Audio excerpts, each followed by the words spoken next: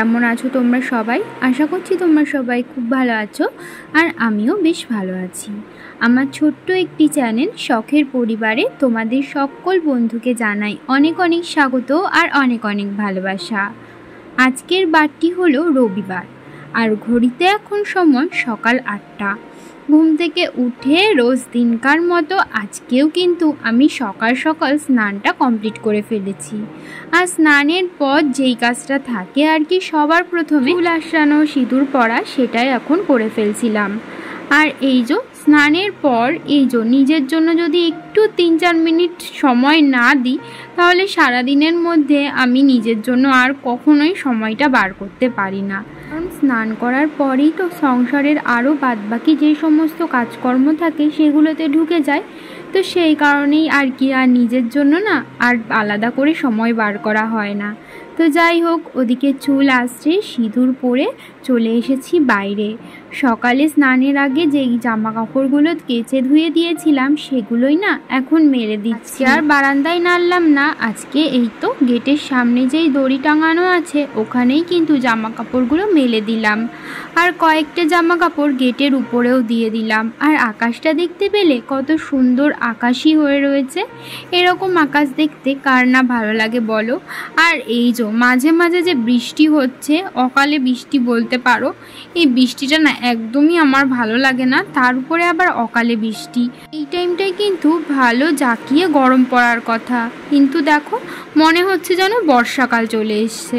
তো যাই হোক, ওদিকে বাইরে জামা কাপড় নেড়ে দিয়ে চলে এসেছি ঘরে। আর ঘরে এসে দেখলাম ছেলেও ঘুম থেকে উঠে গেছে। তো যেহেতু ঘুম থেকে উঠে গেছে তো ভাবলাম ওর মুখ চোখটা ধুয়ে দাঁতটা মাজিয়ে দিই।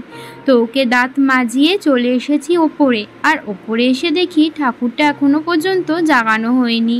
তো ঠাকুরটা জাগিয়ে ওদিকে ছেলেকে খাইয়ে রেখে তারপরে আমি এসেছি ঠাকুরের বাসন মাজতে, কারণ পুজো তো করতে হবে। তো সেই কারণে আর কি সকালবেলা না ওদিকে আমার শাশুড়ি মা রান্নাঘরের দিকটাই দেখেন, মানে রান্না বান্নাটা আমার শাশুড়ি মা করেন।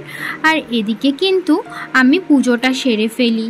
দুজন মিলে তো থাকি, তো সেই কারণে না দুজনে ভাগাভাগি করে কাজকর্ম করলে, মিলেমিশে কাজকর্ম করলে না সংসারের কাজগুলো তাড়াতাড়িও হয়ে যায় আর অনেক সহজও হয়ে যায় কাজকর্ম করতে। তো যাই হোক, ঠাকুরের বাসনগুলো মেজে রেখে এদিকে কিন্তু আমি ফুলও তুলে নিচ্ছি। আর এই দেখো আমাদের জবা ফুল গাছটায় কুড়ি ধরেছে। এই যেই বড় কুড়িটা দেখছো এটা মনে হয় কালকেই ফুটবে। আর আরও অনেকগুলো কুড়ি ধরেছে, এগুলো আবার কবে ফোটে কি জানি। এই জবা ফুল গাছটা না বাড়তে পারছে না, এই যে পাঁচিলের গায়ে তো সেই কারণে আর কি। আর এখানে না খুব একটা বেশি রোদও আসে না।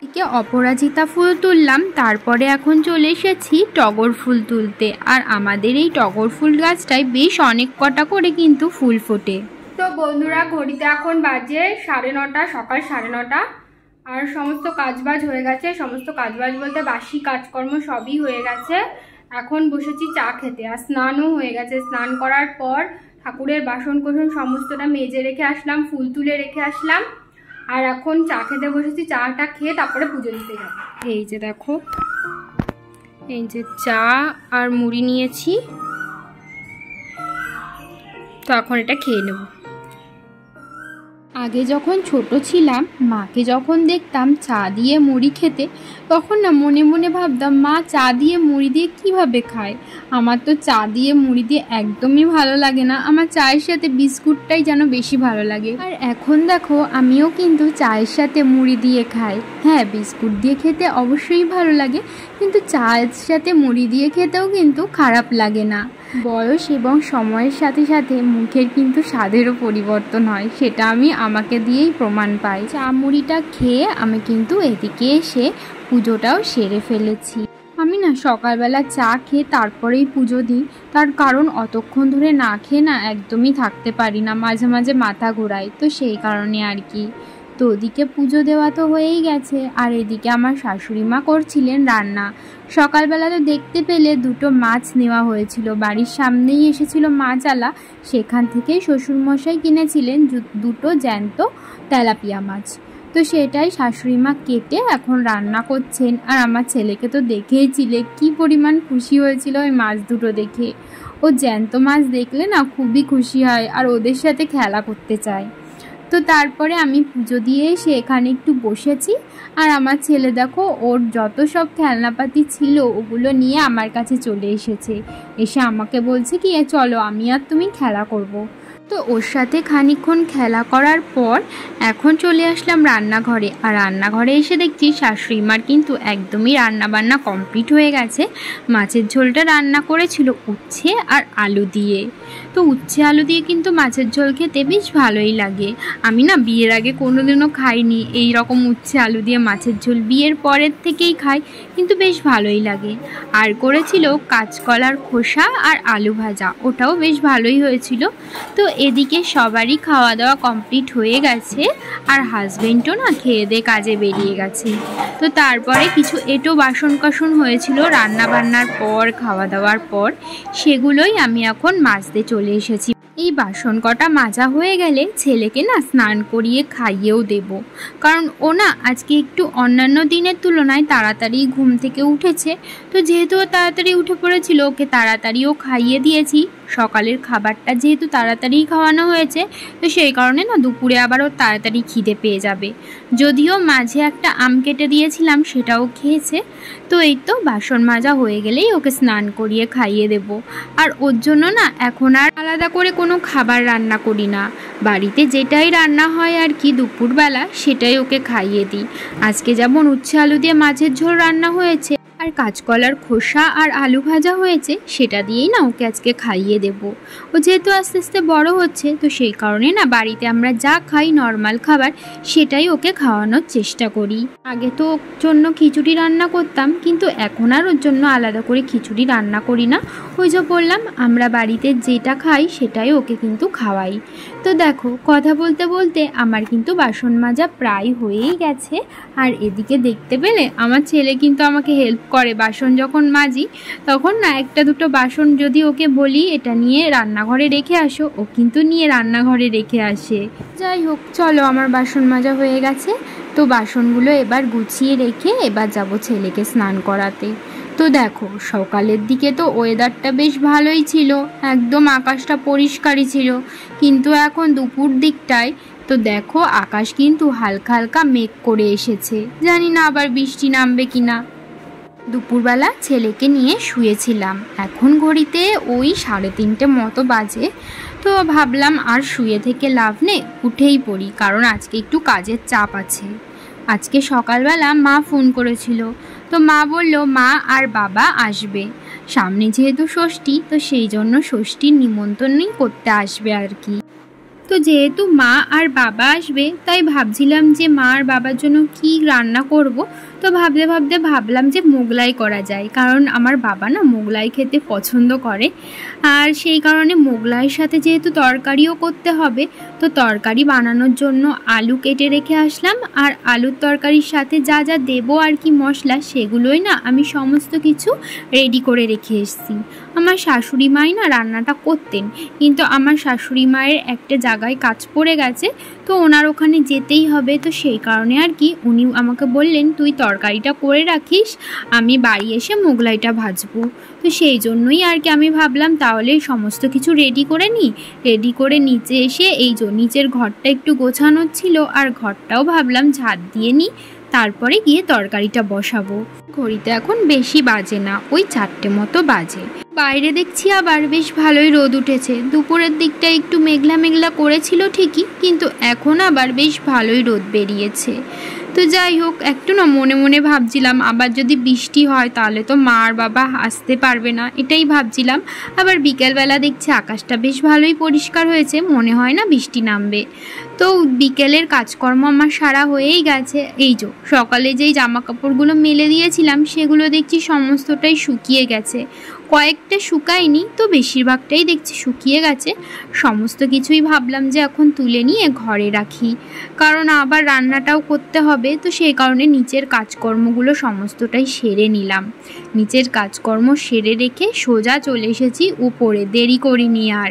ওপরে এসেই কড়াইয়ে তেল গরম করতে বসিয়ে দিয়েছিলাম। তারপর আলু তো আগেই কেটে রেখেছিলাম, সেই আলুটা না ভাজা বসিয়ে দিলাম। একটু সামান্য নুন আর হলুদ দিয়েছি। শাশুড়িমা বলেছিলেন আলুটা সেদ্ধ করে তারপরে তরকারি করতে, কিন্তু আমার কি মনে হলো যে আলুটা সেদ্ধ না করে আলুটা একটু হালকা করে ভেজে নিই, আর তরকারি যখন জাল দেবো তখন তো আলু এমনিতেই সেদ্ধ হয়ে যাবে।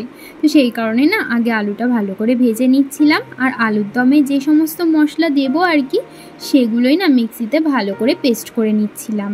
মশলা বলতে আদা, রসুন, পেঁয়াজ, জিরে, ধনে, শুকনো লঙ্কা দিয়েছিলাম, আর কিছু দিইনি। ওগুলোই ভালো করে পেস্ট করে নিলাম। এদিকে আলুটাও ভাজা হয়ে গেছিলো। কড়াইয়ে আরেকটু তেল দিয়ে ফোড়ন দিয়ে দিয়েছিলাম গরম মশলা, জিরে আর তেজপাতা, আর একটু শুকনো লঙ্কাও দিয়েছিলাম।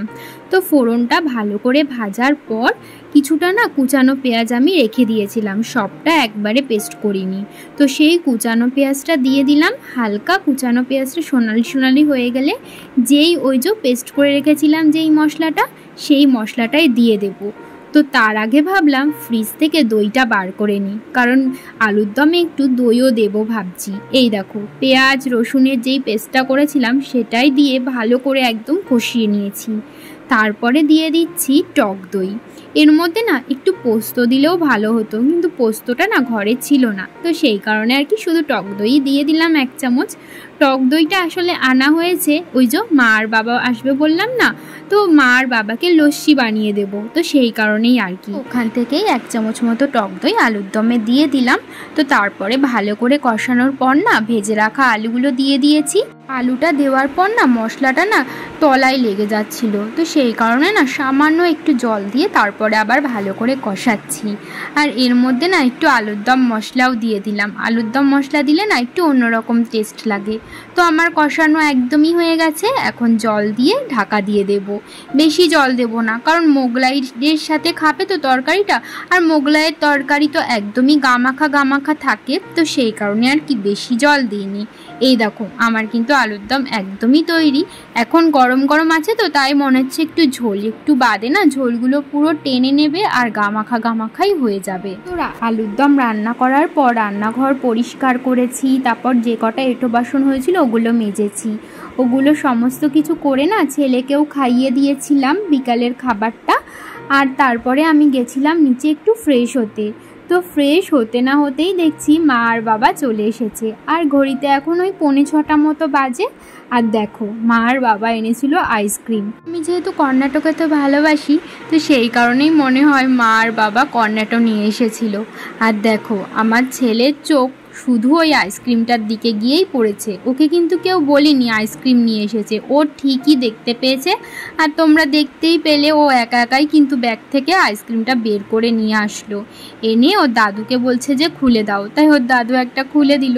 আর আইসক্রিমটা না আনতে আনতেই পুরো অনেকটাই গলে গেছিলো, তাই আমি না আবার ফ্রিজে রেখে দিলাম, না একদমই গলেই যাবে। আর আইসক্রিম গলে গেলে একদমই ভালো লাগে না সেটা খেতে। ছেলেকে এখন আইসক্রিম দেওয়াটা একদমই ঠিক না, কারণ কয়েকদিন আগেই ওর শরীরটা খারাপ হয়েছিল, জ্বর হয়েছিল, তার মধ্যে আবার এখন যদি এই ঠান্ডা আইসক্রিম খায়, তো সেই কারণে আর কি। কিন্তু সে তো কিছুতেই কথা শুনবে না, সে তো আইসক্রিম খাবেই। তাই মা বলল যে আইসক্রিম খাওয়ার পর একটু জল খাইয়ে দিলে নাকি আর ঠান্ডা লাগবে না। তাই এই যে দেখো আইসক্রিমটা খাচ্ছে, যদিও সবটা ওকে খেতে দিইনি, অর্ধেকটা না আমি খেয়ে নিয়েছিলাম, কারণ সবটা খেলে ওর যদি আবার ঠান্ডা লেগে যায়, তো সেই কারণেই আর কি। আর এদিকে দেখো শাশুড়ি মা করেছেন লিকার চা, কারণ সবাই লিকার চাই খায়। এর মধ্যে 2 কাপ আছে চিনি ছাড়া আমার শ্বশুরমশাই আর বাবার জন্য, কারণ ওদের দুজনেরই না সুগার, তো সেই কারণে ওনারা চিনি খান না। আর একটাতে চিনি দেওয়া আছে, ওটা আমার মায়ের, মা তো চিনি খায়। তো ওদেরকে তো ওদিকে চা সিঙ্গারা দিয়ে এসেছি, ওরা চা আর সিঙ্গারা খাচ্ছে। আর এদিকে দেখো আমার শাশুড়ি মা ভেজে নিচ্ছিলেন মোগলাই, কারণ তোমাদেরকে তো আগেই বললাম মা আর বাবার জন্য বাড়িতেই মোগলাই বানানো হবে আর কি। তো এই তো। আর আমার শাশুড়ি মা কিন্তু এই সমস্ত খাবার খুবই টেস্টি বানায়। আর ওই আলুর তরকারিটা আমার শাশুড়ি মাই বানাতেন, কিন্তু তোমাদেরকে তো বললামই আমার শাশুড়ি মার আর্জেন্ট একটা কাজ পড়ে গেছিলো, সেখানে যেতে হয়েছিল, তো সেই কারণেই আর কি আমি বানিয়েছিলাম। তো আমি তো একটু ভয়ে ভয়েই বানিয়েছিলাম আলুর তরকারিটা, যে কেমন খেতে হবে আর কি, কারণ যেহেতু আমি সবসময় রান্না করি না। আর দেখবে যারা সবসময় রান্না করে না, তাদের একটা হাতের চলে আসে, কি বলবো, নুন হলুদের পরিমাণ। আমি যেহেতু সবসময় রান্না করি না, তো সেই কারণে আমি যখন রান্না করি আমার একটু ভয়ই লাগে যে সব কিছু ঠিকঠাক হবে তো। তো তারপরে সবাই খেয়ে বললো নাকি ভালোই হয়েছিল তরকারিটা। আর এদিকে দেখো মোগলাইও ভাজা হয়ে গেছে। তো এখন আমি দুটো প্লেটে সাজিয়ে নিচ্ছিলাম। মোগলাইটা ফার্স্টে কেটে নিলাম আর তারপর বাটিতে দিয়ে দিচ্ছিলাম তরকারি। বাবার যেহেতু সুগার, তো সেই কারণে না বাবাকে অল্প করেই আলু দিয়েছিলাম। যদিও সুগার এখন কন্ট্রোলে চলে এসছে, তবুও তো মেনে চলতে হবে, তাই না? আর দিয়ে দিয়েছিলাম শসা আর পেঁয়াজ, দিয়েছিলাম সামান্য একটু টমেটো সস। তো এই যে দেখো দুজনের জন্য থালা কিন্তু একদমই সাজিয়ে নিয়েছি। এখন কিন্তু ওদেরকে দিয়ে দেব। আমার বাবা শসা আর পেঁয়াজ খান না, তো সেই কারণে না ওনার প্লেটে শসা আর পেঁয়াজ দিইনি। মোগলাইটা খাওয়ার পর হাজবেন্ডকে বললাম একটু টক দইয়ের লস্যি বানাও, কারণ ও না এই টক দইয়ের লস্যিটা খুব ভালো বানায়। তো সেই কারণেই আর কি ও বানালো। আর এখন বাবার মাকে দিয়ে দেবো 2 গ্লাস। আর আমরা কিন্তু বাড়ির সবাই খেয়েছিলাম, কিন্তু সবগুলো না আর ভিডিও বানানো হয়নি। আর এখন ঘড়িতে বেজে গেছে ওই 9:30 মতো। মারা এসেছিল 6টার দিকে, আর এখন 9:30 বাজে, অনেকটা সময়ই ছিল।